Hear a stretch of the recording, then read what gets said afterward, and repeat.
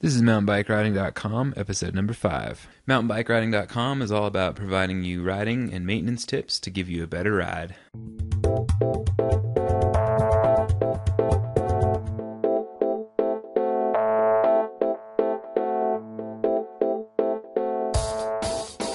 Hello and welcome to episode number 5. This episode is going to be about suspension seat posts. And today I just wanted to kind of get right into it because this will be a video podcast, as well as I'll create an MP3, just a normal audio podcast, so that you can listen to this on the go if you want. But I thought this was a good question from one of the readers. His name is Frank, and he was thinking about getting a full suspension bike because he's got some back problems. And I said, yeah, full suspension works great. But another option too is the suspension seat post. And so in this one, I just wanted to go over some ideas, the pros and cons of the suspension seat post, and then the different suspension post types. So let's see. I think I covered this right here. Basically, that it's overall, this is not a specific product review. It's just kind of the nuts and bolts of the suspension seat post type. So get right into the pros of the suspension seat post. It does help if you have some back problems. I've got some friends that ride these just because they get their back kind of gets a little beat up on rough rides. So I think it can help with that. It's good for climbing and on the flats because in general you're seated on when you're climbing and riding on the flats, and so it can kind of take a little bit of the edge off and suspend you a little bit so that you can roll over the bumps a little easier, and it just kind of helps with the traction too, because you can actually stay seated when you're going over some rough sections on the trail. Whereas if you have a normal seat post, it kind of, sometimes you want to be off of it just because it's too rough. So it definitely helps in that way. It's a good way to add a little rear suspension to a hardtail. And I'll open up the points here.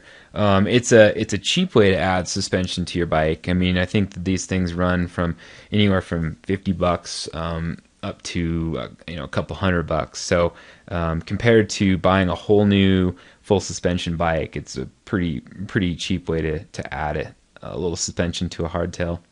You don't have to get used to a new bike, and I know from personal experience that it can take me a year to get used to a new bike, just the way it handles and just kind of operates. It just takes time to really kind of feel comfortable on a new bike. At least it does for me. Other people might get more comfortable quicker, but I think it takes a little bit of time.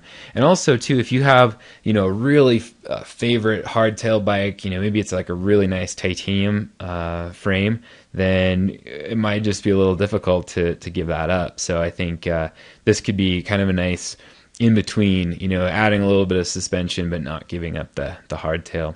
Another thing, it doesn't add that much weight to the bike overall. So, if you're really concerned about weight, but you just want a little more of a comfortable ride, this would definitely be a good way to go. Another pro is it's actually good for tandems.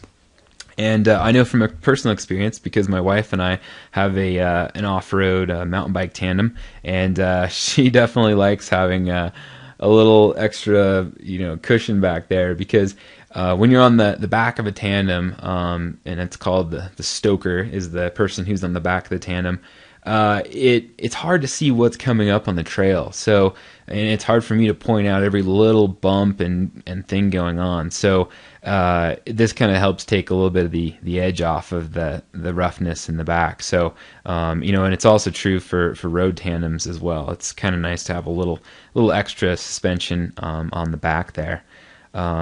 So get into the cons of the suspension seat post. Overall, it is not a substitute for full suspension. If you're really looking for a bike that can absorb a lot of the shock on downhills, this is not really that. It helps mainly for the climbs and the flat sections of the trail where you could potentially be seated. So yeah, this gets into it. Only works while you're seated. It doesn't suspend the bike and the rider.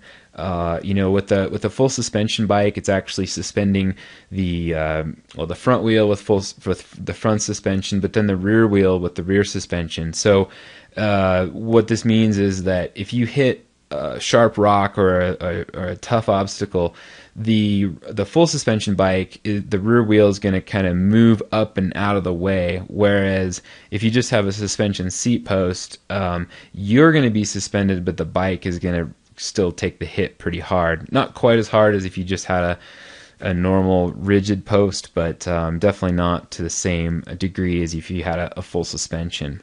And that gets into these, if you're on a technical descent here on a suspension seat post, I guess in the first place, you probably shouldn't be sitting on the saddle at all.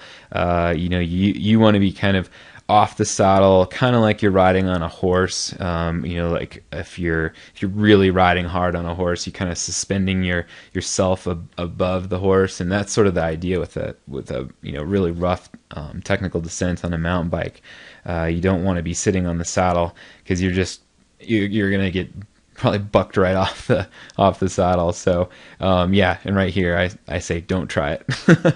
And especially with some of these suspension posts, they all seem to have a little bit of a pogo effect, where if you were to be sitting on the post and then you hit a really rough obstacle, when the post rebounds from compressing, there's a tendency for it to kind of pogo or just rebound really quickly. So it just ties in with not sitting on the seat when you're going down a really rough section of trail. So I just wanted to cover that. The different post types, seat post types, are we have the telescoping seat post, the parallelogram seat post, and then the titanium seat post.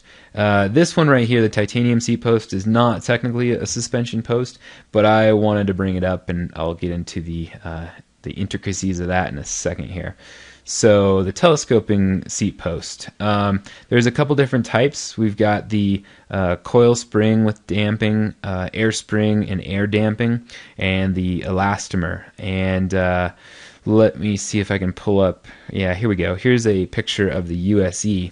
And this is using a coil and elastomer system, which the coil is the spring and the elastomer is a little bit of the damping system. What that means is that it controls how quickly the seat moves down and then back up. So, and what I was saying with the pogo effect is that, if the seat post returns really quickly, like it when you compress it and then it comes back, it can potentially kind of, push you off the saddle a little bit.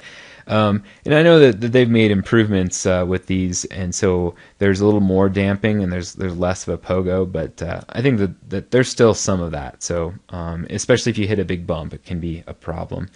And then here's the RockShox version, pretty similar. It's got a coil MCU elastomer. Here's the White Brothers, and they use